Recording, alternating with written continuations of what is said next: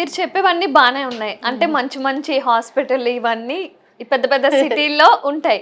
Yes. కానీ మారుమూల పల్లెల్లోకి వెళ్ళిపోయినట్లయితే అక్కడ ఈఎన్టీ స్పెషలిస్ట్ మాత్రమే ఉంటాడు.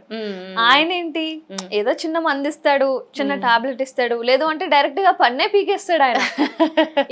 ఏ సమస్య వచ్చినా ఫస్ట్ పన్ను పీకేయడమే దానికి ఆన్సర్ సొల్యూషన్ అన్నట్టు మాట్లాడతారు అదే కదా. అదే అదే. మరి అలా ఊర్లో ఉండే వాళ్ళు ఏం చేయాలి? ఇప్పుడు ఒక గుడ్ న్యూస్ అనుకోవాలో, లైక్ సమ్వేర్ ఏరియా హాస్పిటల్స్ కూడా వచ్చినాయండి, డెంటిస్ట్ ప్రొవిజన్స్ వచ్చాయి.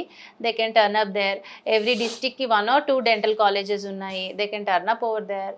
ఎండ్ ఆఫ్ ది డే మనం కొంచెం అవేర్ ఉండాలి. ఏంటంటే పన్ను కూడా మన బాడీలో ఒక భాగమే, దాన్ని అంత ఈజీగా తీసేయాల్సిన అవసరం లేదు. మనం దానికి ట్రీట్మెంట్ చేసుకోవాలి ఆ భావనలో ఉంటే దిస్ ఇస్ ఆల్ అంత మేనేజబులే. అట్లీస్ట్ ఒక 15-20 కిలోమీటర్స్ పరిధిలో అయితే అందరూ ఉన్న వాళ్ళే ఉంటారు. ఎనీ డెంటల్ హాస్పిటల్ అట్లా, లేకపోతే multi speciality hospital also where there is a provision of ఒక డెంటిస్ట్ ఉండడము, అట్లా ఉంటాయి అన్నమాట. అంటే కొందరు ఏమనుకుంటారు, ఇప్పుడు డాక్టర్ దగ్గరికి వెళ్తే ఏదో ఎనామిల్ అంటారు, ఏదో సిమెంట్ అంటారు, ఇంకేదో అంటారు. ఇవన్నీ చేయించుకునే బదులు ఆ పన్ను తీసేస్తే సరిపోతుంది కదా అని అనుకుంటారు కదా. అలా పన్ను తీసేయడం వల్ల సమస్యలు ఏమైనా వస్తాయా మనకి? అంతే కదండి, పన్ను తీసేయడం ఇన్ ద సెన్స్ పన్నుని దాని ప్లేస్ లోంచి తీసేయడం. దాంతో అడ్జసెంట్ టూత్ డిస్టర్బ్ అవుతుంది. వెనకాల పన్ను ముందు పన్ను ఉంటుంది కదా, ఆ ముందు పన్ను వెనకాల పన్ను ఆ ప్లేస్ లోకి రావడానికి ట్రై చేస్తాయి. ఓకే. ఆ ప్లేస్ లోకి రావడానికి ట్రై చేసి, అంటే ఆల్మోస్ట్ ఒక పన్ను తీసేయడం వల్ల దానికి చుట్టూతరు ఉన్నాయి, వెనక పన్ను, ముందు పన్ను, పై పన్ను.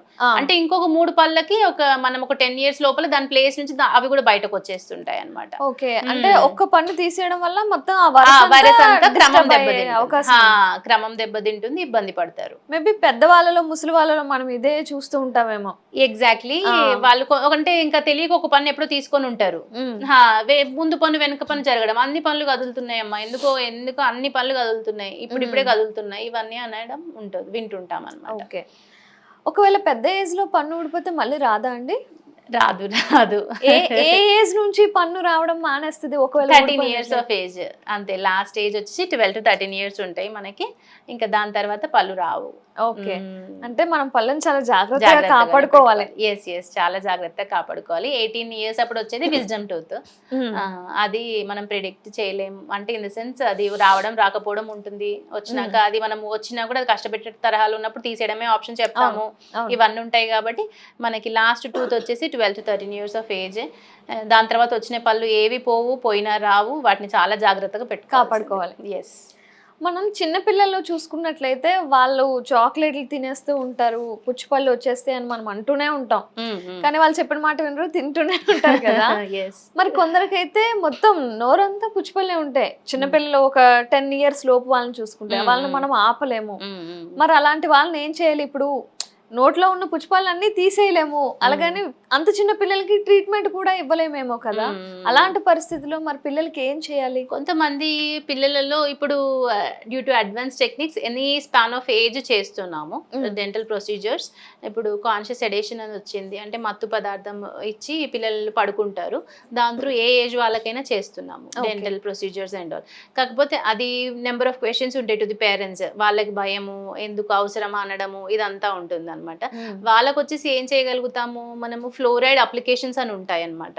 ఆ ఫ్లోరైడ్ అప్లికేషన్ పేస్ట్లు వాడడం వల్ల, అంటే ఆ ప్రొసీజర్ వల్ల పుచ్చుపళ్ళు స్ప్రెడ్ కాకుండా ఉంటుంది, ఇంకా రాకుండా చేస్తే కొంచెం టూత్ని స్ట్రాంగ్ చేస్తుంది.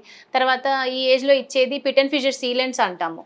పిట్ అండ్ ఫిషర్ సీలెంట్స్ అంటే పళ్ళపైన కొంచెం అట్లా గ్రూవ్స్ ఉంటాయి మనకి, పిట్స్ లాగా, గ్రూవ్స్ లాగా, అంటే ఇట్లా లైన్స్ పోతున్నట్టు అనిపిస్తాయి. అందులోనే కదా స్టిక్కీ ఫుడ్ అనేది స్టిక్ అయ్యేది మనకి, గ్రూవ్ మాదిరి ఉంటుంది. ఆ గ్రూవ్స్ లేకుండా చేసి దానిపైన ఒక సాఫ్ట్ మెటీరియల్ వేస్తాం అనమాట. అయితే అదేంటి, స్టిక్ అయితే అవ్వదు, పన్నుకి స్టిక్ అవ్వదు. ప్రాబ్లం ఎక్కడ వస్తుంది, ఆ గ్రూవ్స్ లో ఆ తిన్న స్టిక్కీ మెటీరియల్ స్టిక్ అవ్వడం వల్లనే వస్తుంది కదా. When it is soft that won't get stuck over there. So ఆ ప్రాబ్లం రాకుండా అట్లా ఒమిట్ చేస్తుంటాము.